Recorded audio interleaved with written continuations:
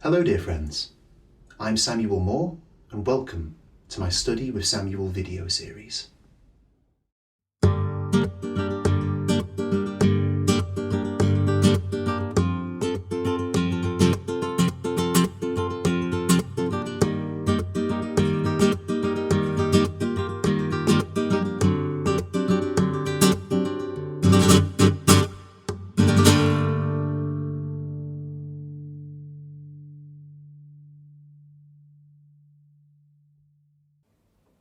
So today, I'd like to talk about the flamenco paddle Rumba. Rumba is a medium to fast tempo flamenco form with 4 beats in its compás, meaning at a basic level you count it like so. 1, 2, 3, 4, 1, 2, 3, 4. In terms of its key, Rumba can be performed in a number of keys, and consequently there are many different chord progressions commonly associated with the paddle. However, for today's lesson, there's only 4 chords you need to be aware of. E minor, D major, C major, and B7. Sometimes voiced with an F sharp in the bass. Now, the purpose of today's lesson is not to teach you the whole performance structure of rumba, nor is it to teach you a whole rumba composition or falsettas. We're principally interested in looking at ways you can vary your rhythm playing. Specifically, we're going to establish a core strumming pattern with this hand, and then look at different ways we can vary it. So let's dive right in and establish a core idea to start. This.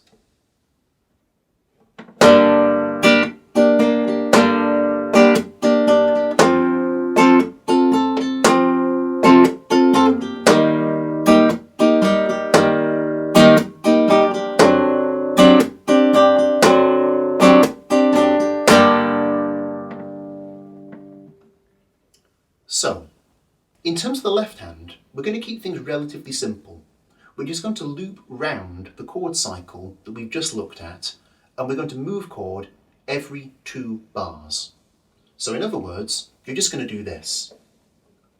1, 2, 3, 4, 1, 2, 3, 4, 1, 2, 3, 4, 1, 2, 3, 4, 1, 2, 3, 4, 1, 2, 3, 4, 1, 2, 3, 4, 1, 2, 3, 4, and then of course you're back at the top of the form again.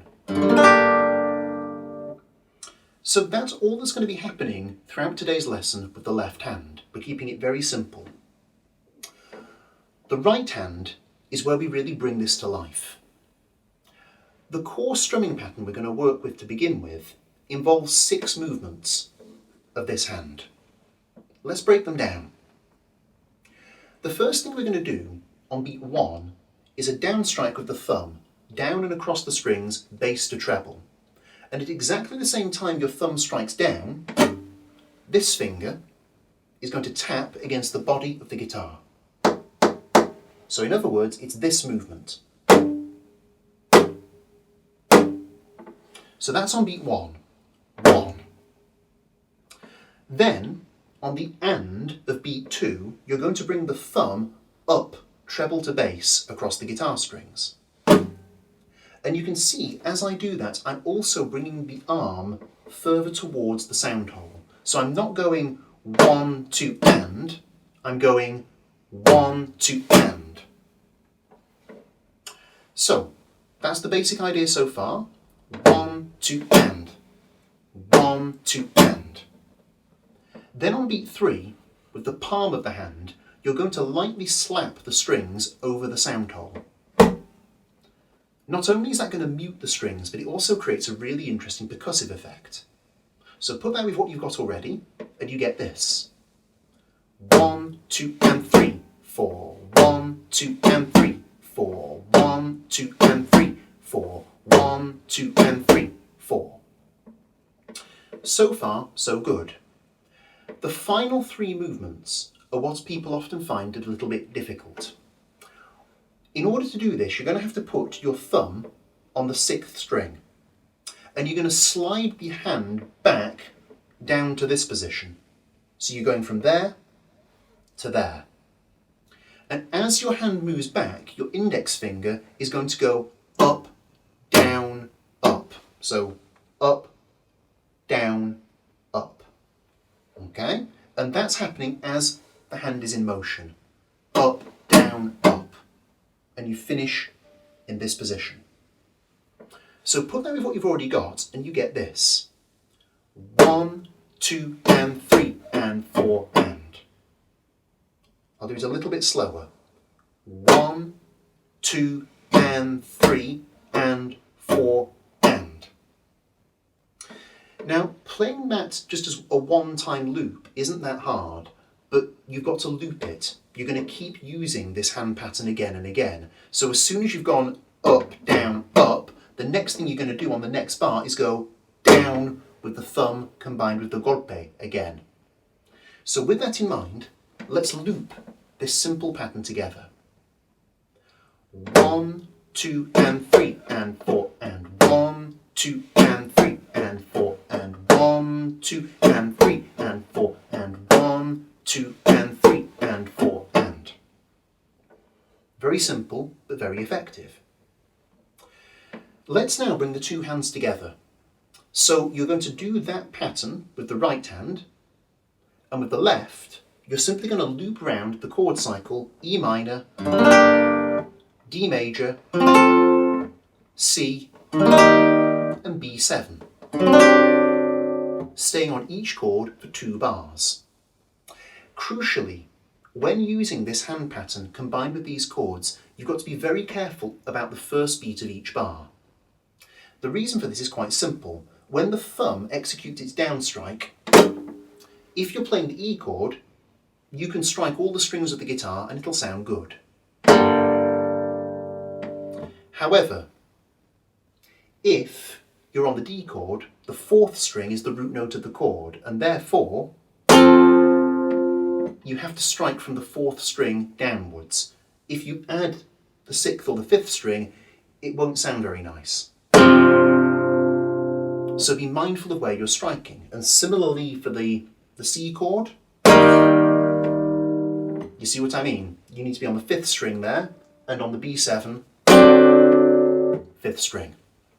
So, put all that into practice, and you get this. 1, 2, 3, 4. 1, 2, 3, 4. 1, 2, 3, 4. 1, 2, 3, 4. 1, 2, 3, 4. 1, 2, 3, 4.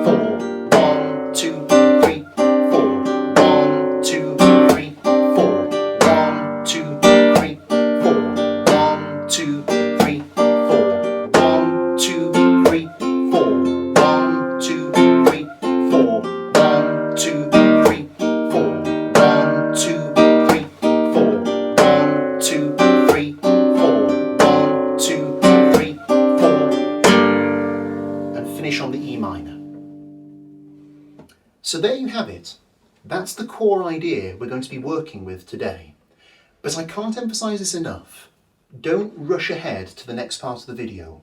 Before moving forwards, make sure that you're absolutely confident with that idea.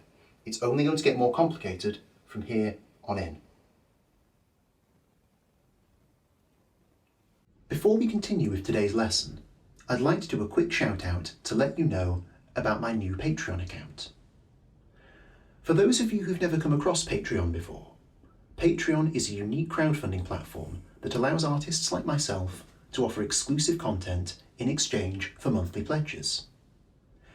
Your generosity allows me to continue working as a full-time musician, and in exchange you get access to some really great material, from unseen tutorial videos similar to this one, to flamenco guitar lessons. You even get access to my weekly gathering, the Midweek Guitar Meet. This weekly study group takes place on Wednesday evenings and is a great opportunity to connect with a global community of like-minded musicians who share your passion, at the same time as getting targeted feedback from myself on a regular basis. So if all this sounds interesting to you, please click the link in the description below to access my Patreon page and select an option that works for you. I look forward to meeting you, connecting with you, and together continuing our musical journey. Now, however, let's get back to today's lesson. So, having now established our core idea, let's look at a few ways we can vary it. The left hand is going to stay the same throughout this video, but we're going to look at a few right hand strumming patterns. The good news is that the first one we're going to look at is very similar to what you've just done. On beat 1, you're still going to start the same, a down strike with the thumb combined with a tap with this finger. However, we're then going to fill the space between that happening and this happening on the and of beat 2. So, right from the start, on beat 1, down strike with the thumb and golpe. Then on the and of beat 1, you're going to do an up strike with the thumb from treble to bass. And crucially, you can see there, that movement is controlled with a light rotation of the forearm and wrist. So it's 1 and. Then on beat 2, the index finger is going to strike down, bass to treble. And as you can see there, again, it's a light rotation of the forearm and wrist controlling the movement. In other words, the thumb follows the finger downwards, like so. So put that all together and you get 1 and 2. So that is the main change that's going to happen, because everything after that stays the same. So we've just gone 1 and 2, and then on the and of 2, like you did before, flick upwards with the thumb up and across the strings, over towards the sound hole. Beat 3, slap the strings over the sound hole, and then put the thumb here on the 6th string, and as you pull back, up, down, up. In other words, the whole thing together will look and sound like this. 1 and 2 and 3 and 4 and. I'll do that again. 1 and 2 and 3 and 4 and. As with the first idea we looked at, playing it on its own is not too hard, but looping it can be a challenge. So before we integrate the left hand, let's do that. On the count of 4. 1, 2, 3, 4. 1 and 2 and 3 and 4 and 1 and 2 and 3 and 4 and 1 and 2 and 3 and 4 and 1 and 2 and 3 and 4 and. So, let's now bring the two hands together. The left hand, exactly the same as before. E, D, C, B7, changing every other bar. Here we go. 1, 2, 3, 4. 1, 2, 3, 4. 1, 2, 3, 4. 1, 2, 3, 4. 1, 2, 3, 4. 1, 2, 3, 4. 1, 2, 3, 4. 1, 2, 3, 4. 1, 2, 3, 4. And there you have it. A very simple variation, but very effective. It's worth mentioning that you can chop and change this with the idea that we explored in the first half of the video. For example, you could, on the first bar, use the original idea. 1, 2, and 3, and 4, and. And then on the second bar, the variation. 1, and 2, and 3, and 4, and. So if I put that with the chord, you'll see how it works. 1, 2, 3, 4. 1, 2, 3, 4. 1, 2, 3, 4. 1, 2, 3, 4. 1, 2, 3, 4. 1, 2, 3, 4. 1, 2, 3, 4. 1, 2, 3, 4. And so on. And similarly, you could do that in reverse. So you could start with a variation, 1 and 2 and 3 and 4 and, followed by the original idea, 1, 2 and 3 and 4 and. Allow me to demonstrate.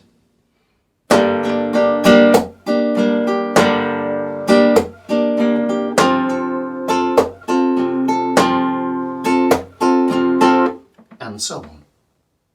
In other words, you don't have to keep the hand pattern the same as you play through the cycle. You can mix and match.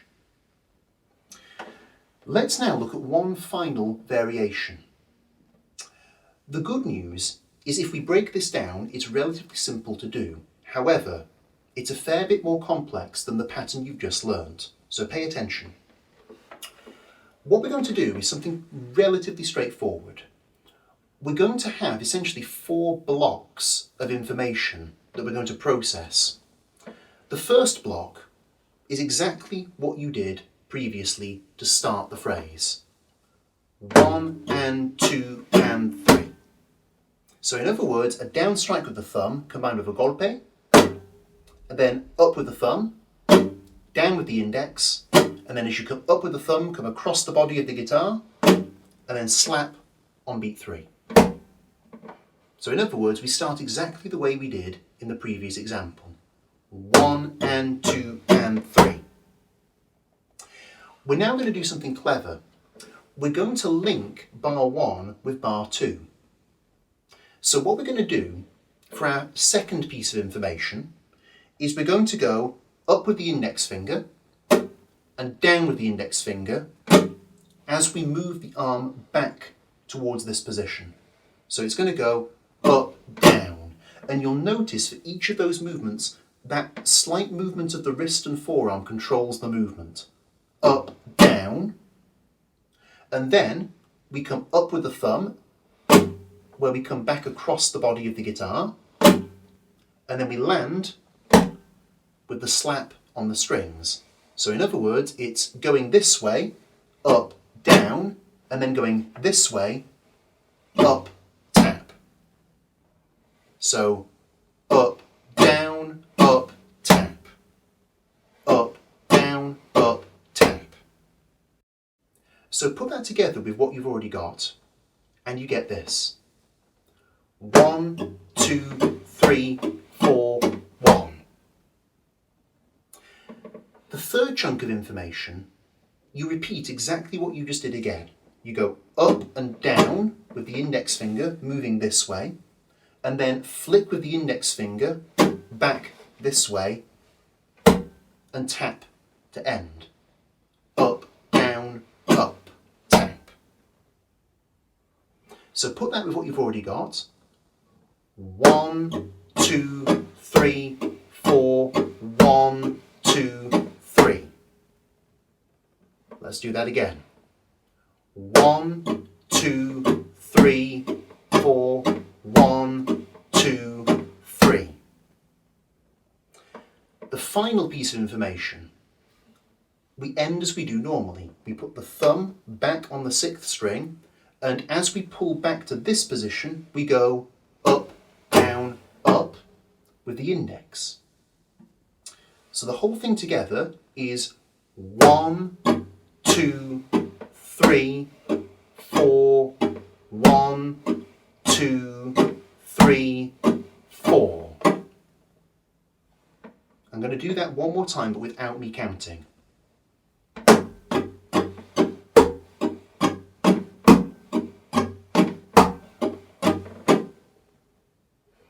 Now, that's not so difficult to do when you break it apart, because ultimately, like I said, it's essentially 4 chunks of information.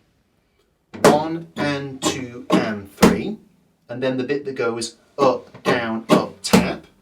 Same thing again, up, down, tap, and then slide back an index finger, up, down, up.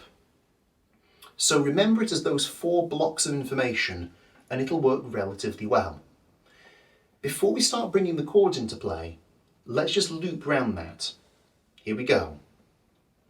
1, 2, 3, 4, 1, 2, 3, 4. 1, 2, 3, 4, 1, 2, 3, 4. 1, 2, 3, 4, 1, 2, 3, 4.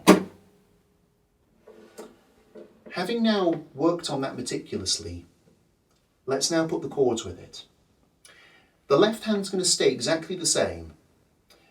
However, because this hand pattern that we've just learned is essentially a 2-bar hand pattern, we're only going to use one passage of that hand movement for each chord. So in other words, you're going to go, and then you change chord, and so on. I'm going to do this with a count in, but I'm not going to say the numbers as we play it. So, on the count of 4, 1, 2, 3, 4.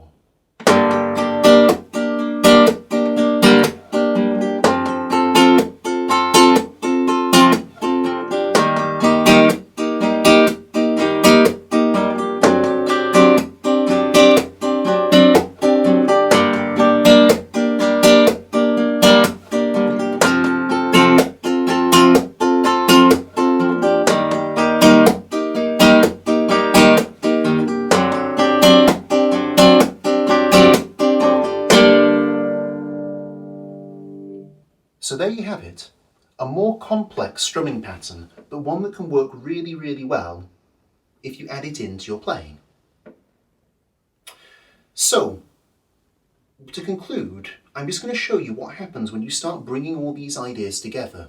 And bearing in mind, you don't have to use these strumming patterns exclusively with the chord progression I've shown you today. This will work with most rumba chord progressions. And if you randomise the order of your strumming pattern, you can build some real interest into your playing very quickly. To conclude, I'll show you what happens when you do this. Here we go.